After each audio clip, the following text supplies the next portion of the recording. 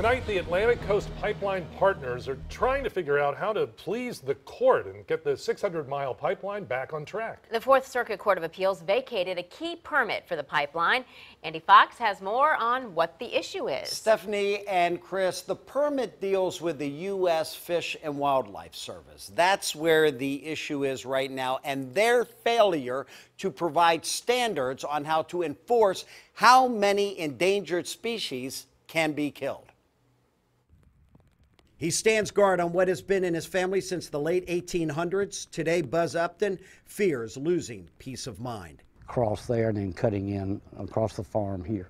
Right across here, and we can see the stakes right out there. That's where the pipeline's going. Yes, sir. Between Between these two stakes, the pipeline shall cross, and he can't help but think about his grandfather, Luther Jarvis Upton, who shortly after 1894 bought the land. He thinks about his dad, too. First thing they do is probably kick me in the backside for letting it happen.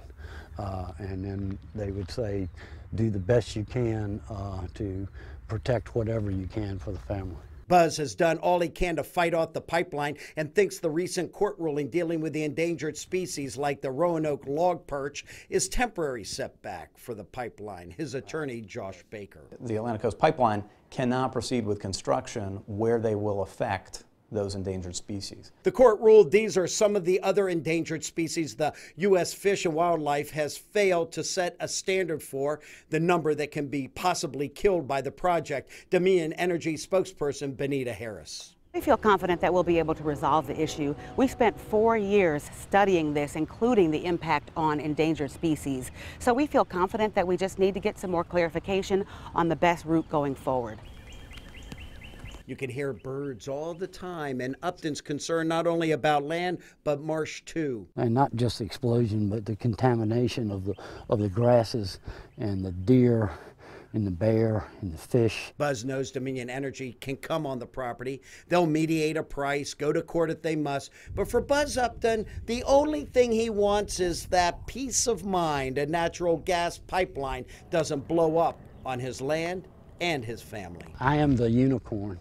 I am the only one probably that will be sitting in that room that gives a damn about the land. Everybody else in there it's about the money. Buzz Upton sums it up this way. He and his family embrace the past, but they fight is about the future. This is an excerpt from the will of our first president, George Washington, and how he owned part of this land. We are still awaiting further clarification from the court, but this is likely to be a speed bump and not a dead end for the pipeline. I'm Andy Fox, 10 on your side.